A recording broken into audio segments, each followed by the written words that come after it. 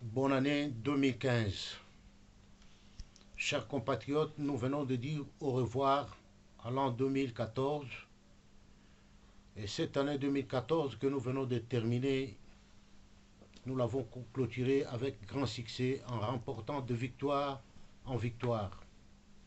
Et ces victoires, c'est le fruit de tout le monde. Nos compatriotes sur place, au pays, comme dans la diaspora où nous sommes. Nous sommes venus porter à votre endroit un message de paix, d'amour, de prospérité et de détermination. Nous entrons de plein pied en l'an 2015 que nous plaçons sous le signe de la lumière. Chers compatriotes, combattants, résistants, l'an 2015 et cette année que les grandes choses vont se réaliser dans notre pays, la République démocratique du Congo. Vous avez vu comment l'an 2014 était secoué vers sa fin. Nous profitons pour dire heureux anniversaire à son Excellence le Président élu de la République démocratique du Congo, M. Etienne Tshisekedi Wamulumba, pour son 82e anniversaire. Toujours en 2014, nous venons de perdre à la fin, presque à la fin de l'année, notre chère dame, l'épouse de M. Emery Patrice Lumumba, notre héros national. Paix à son âme. Dans cette année que nous venons de clôturer avec succès, tous nous avions été témoins de ballets diplomatiques qui ont eu à avoir lieu entre les capitales internationales et Kinshasa, capitale de la République démocratique du Congo, notre pays, où les envoyés spéciaux sont partis porter notre message du combat auprès du gouvernement fantoche de M. Hippolyte Kanambe de son propre nom, du nom d'emprunt, Joseph Kabila. Quand la communauté internationale a senti que le peuple congolais est déterminé à mettre fin à ces systèmes en place dans son pays, elle s'est approchée auprès de nous dans la diaspora pour comprendre les causes de nos revendications. La communauté internationale a compris que les causes sont nobles et justes et s'est associée dans le combat en se mettant devant de la scène. C'est pourquoi les envoyés spéciaux sont venus à Kinshasa dire de vive voix à M. Kanambe que vous ne méritez pas à être président de la République du Congo, pays continent, dans ce grand continent noir. Vous n'avez pas le bagage de diriger ce peuple. C'est un peuple grand. Vous n'avez pas fait un bon boulot en République démocratique du Congo et c'est fini pour vous. Voilà, notre combat a porté des fruits. Les chaînes de télévision internationales, comme les journaux, parlent du combat du peuple congolais à travers le monde, comme sur place au pays. Hippolyte Kanambe est le problème dans notre pays. C'est un virus plus qu'Ebola. Il est grand temps d'extirper ces virus dans notre pays. Chaque compatriote, combattants et résistants, en l'an 2014, nous avons connu de pertes aussi. Nous gardons une pensée pieuse pour tous nos morts et plein de souvenirs. Que Dieu repose les âmes en paix. Aux orphelins, aux veuves et aux prisonniers politiques qui sont injustement dans des geôles, nous sommes de cœur avec eux. Bientôt, notre pays sera libre et ils seront avec nous ensemble. Chers compatriotes, nous ne pouvons pas nous permettre de vous dire bonne fête en ce début de l'année 2015 parce que nous sommes en deuil, le pays est en deuil. Pour nous, Congolais, jusqu'à la libération du pays, nous ne pouvons pas fêter ou faire des solennités ou des grandes fêtes. Nous portons le deuil avec nous. Nous portons le deuil d'Amatungulu, Moudiandambu, le deuil de Cédric Nyandi, le deuil de Pasteur Lukusa, et tant d'autres des milliers de Congolais qui sont morts injustement pour la cause de la libération de notre pays sous occupation étrangère. Il est grand temps que nous, les filles et fils de ce grand pays continent, de nous mettre ensemble, de mettre de côté nos divergences et de porter les couleurs nationales qui est le drapeau de la République démocratique du Congo. Notre objectif est d'instaurer l'état des droits qui est le but du combat de son Excellence, Monsieur le Président Étienne Tshisekedi Wamulumba, président élu du peuple congolais à la date du 28 novembre 2011. Chers compatriotes, nous avons beaucoup de respect envers cet homme. C'est lui qui nous a appris la constance. C'est lui qui nous a appris comment rester fidèle à l'idéal. Le peuple nous dit qu'il a encore besoin de lui. Longue vie et plein succès. Les Tshisekedi sont nombreux aujourd'hui partout, sur place au pays, comme dans la diaspora. C'est une idéologie, c'est une philosophie. Nous demandons à tout le peuple congolais, sur place au pays, comme dans la diaspora, de mettre de côté nos différends qui nous opposent. L'objectif de l'occupant était de nous retourner les uns contre les autres. Notre détermination, notre unité a fait échec à ce grand plan de balkanisation de notre pays qui était l'agenda principal de l'occupant. Le temps est venu que tous les fils du pays viennent avec une pierre pour la reconstruction du pays. Venons tous et mettons la main à la pâte. Nous ne passerons pas sous silence, sans dire un mot, concernant la prise de position de l'Église catholique, qui est la première confession en République démocratique du Congo, avec à sa tête son éminence, l'archevêque Mosengo Mpassigna Laurent, qui avait dit que l'Église catholique de la République démocratique du Congo n'acceptera jamais qu'un pouvoir qui maltraite son peuple existe. C'est comme aussi tous les observateurs internationaux qui étaient sur place lors des élections de 2011 avaient dit que les résultats ne reflètent pas la réalité.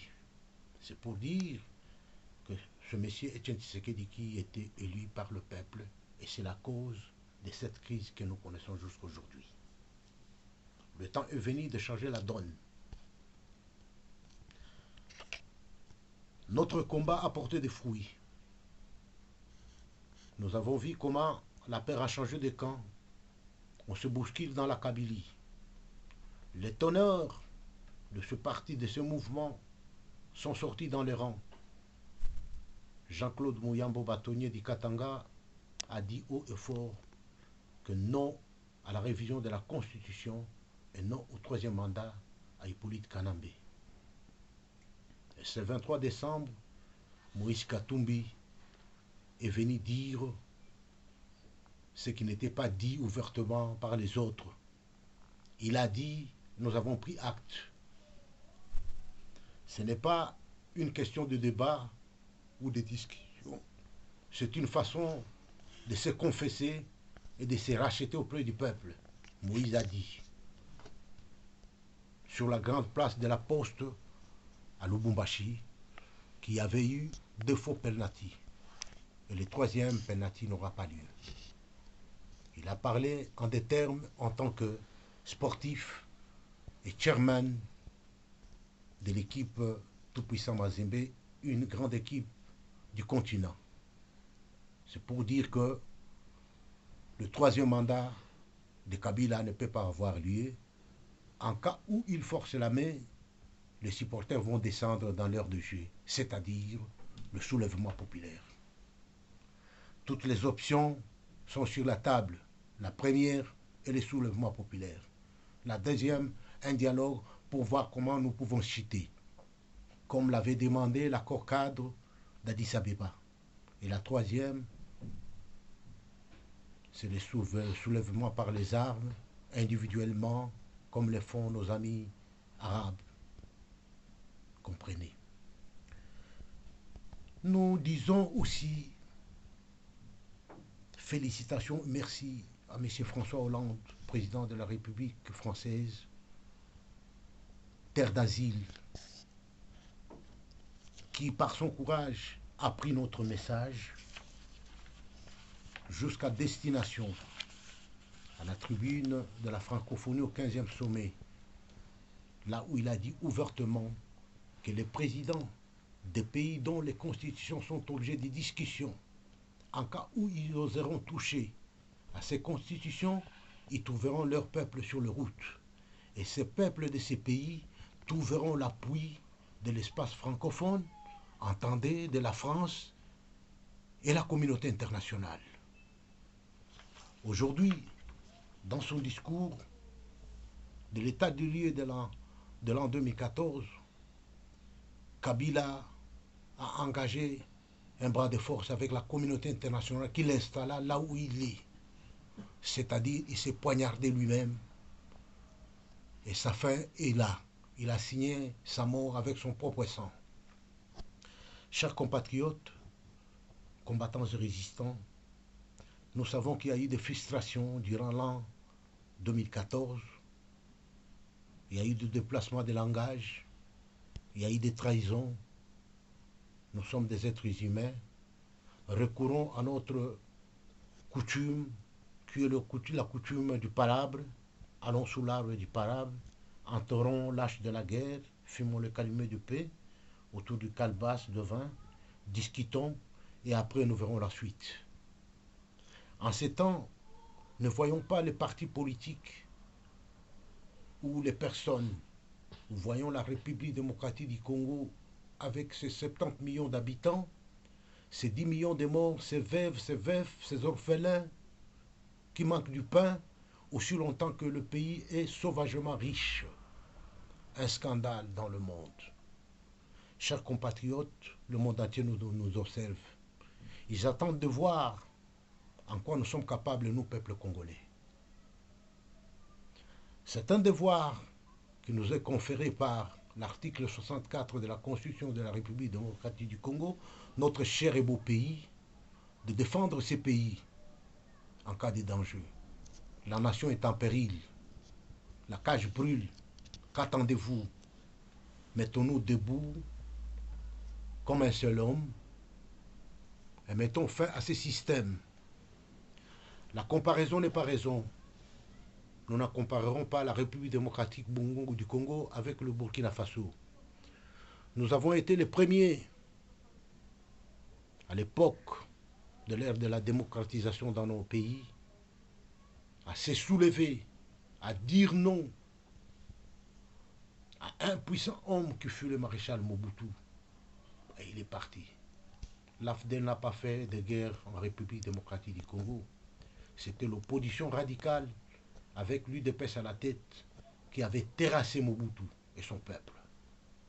Chers compatriotes, combattants et résistants, nous sommes victimes d'un complot international. Notre pays est riche. Notre pays est situé au 6e rang des États les plus riches du monde. Nous régorgeons toute espèce de matière dans notre territoire. Mais le peuple vit dans la misère extrême, une équation inexplicable, c'est-à-dire l'homme à la tête du pays n'a pas les bagages de diriger ce pays en mettant des projets fiables sur place au profit du peuple. Les gens qui viennent dans les lointains, ils viennent faire fortune en République démocratique du Congo, là où les nationaux sont enfermés et marchent pieds nus.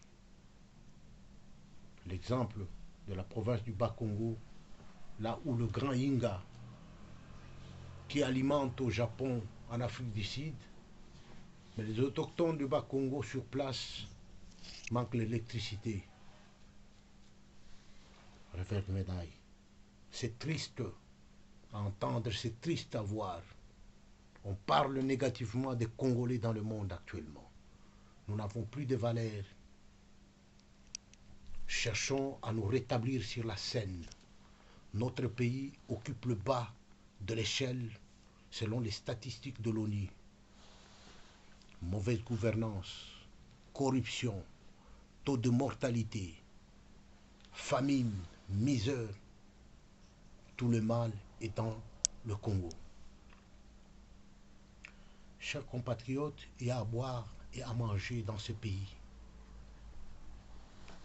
Nous avons profité de cette occasion offerte pour vous dire heureux anniversaire, Monsieur le Président élu.